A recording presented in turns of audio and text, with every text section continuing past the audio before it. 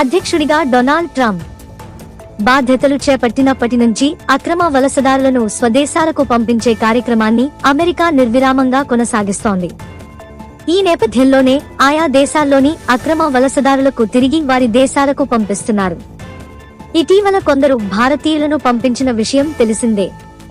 తాజాగా ఈ విషయంలో అమెరికా మరో కీలక నిర్ణయం తీసుకున్నట్లు తెలుస్తోంది.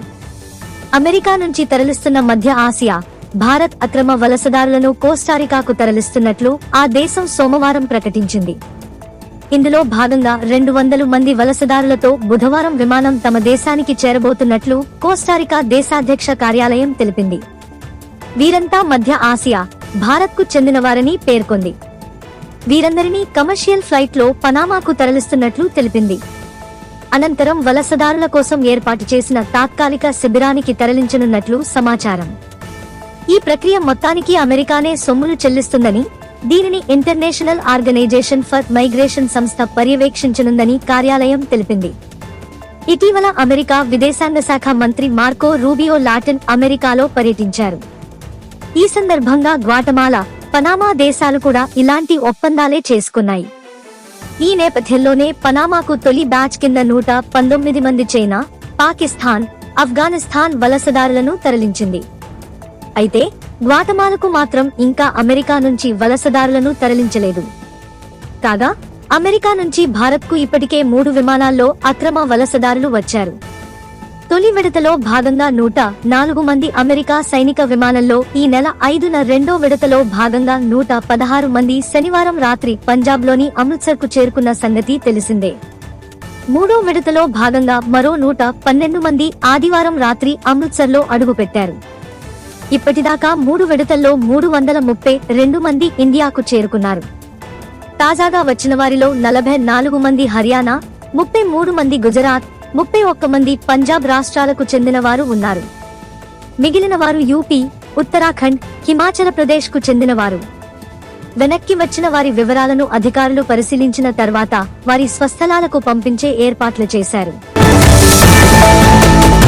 అమెరికాలో 100 ఏళ్ల వయసున్న వ్యక్తులు ఇప్పటికీ సజీవంగా ఉన్నారు. వారిలో 200 ఏళ్ల వయసు దాటిన వారు 2000 మందికి పైగా ఉన్నారట. ఇక 360 నుంచి 369 వరకు ఏళ్ల వయసున్న వ్యక్తి ఒకరున్నారు. ఈ విషయాన్ని అక్కడి సోషల్ సెక్యూరిటీ డేటా విభాగం చెబుతోంది. ఈ విషయాన్ని DOGE, department of government efficiency బృందం ధృవీకరించింది. తాజాగా దాని అధిపతి ఎలాన్ మస్క్ దీనిని ఎక్స్లో వెల్లడించారు. 100 ఏళ్లు దాటిన దాదాపు 2 కోట్ల మంది ఇప్పటికీ సోషల్ సెక్యూరిటీ లబ్ధికి అర్హుల జాబితాలో ఉన్నట్లు పేర్కొన్నారు. వాస్తవానికి సోషల్ సెక్యూరిటీ అర్హుల జాబితా సంఖ్య అమెరికాలో ప్రస్తుత పౌరుల సంఖ్య కంటే అధికంగా ఉందని వెల్లడించారు. చరిత్రలోనే ఇది అతిపెద్ద మోసమని పేర్కొన్నారు. వాస్తవానికి 2023లో సోషల్ సెక్యూరిటీ ఆడిట్లో దాదాపు 18.9 మిలియన్ల మంది 100 ఏళ్లు దాటిన వారున్నట్లు గుర్తించారు. వారు ఆదాయం పొందడం లేదా లబ్ధులను స్వీకరించడం కానీ చేయడం లేదు. అయినా ఆ జాబితాను సవరించలేదు. 112 ఏళ్ల వయసున్నవారు 65 లక్షల మంది సోషల్ సెక్యూరిటీ నెంబర్లను కలిగి ఉన్నారు. కానీ వారికి సంబంధించి ఎటువంటి డెత్ ఇన్ఫర్మేషన్ నమోదు చేయలేదు. వీరంతా ఎలక్ట్రానిక్ డెత్ ఇన్ఫర్మేషన్ నమోదు వ్యవస్థ రాకముందే ప్రాణాలు కోల్పోయారు. వాస్తవానికి భూమి మీద కేవలం 35 మంది మాత్రమే ఈ వయస్సును దాటినవారున్నారు. ఇక జనాభా లెక్కల ప్రకారం అమెరికాలో 100 ఏళ్లు దాటిన వృద్ధుల సంఖ్య కేవలం 86,000 మాత్రమే. ఇక అమెరికాలోని సోషల్ సెక్యూరిటీ అడ్మినిస్ట్రేషన్ ప్రజలకు చెందిన రిటైర్మెంట్, వైకల్యంతో బాధపడే వారికి సంబంధించిన ఆదాయ మార్గాలను సమకూరుస్తుంది.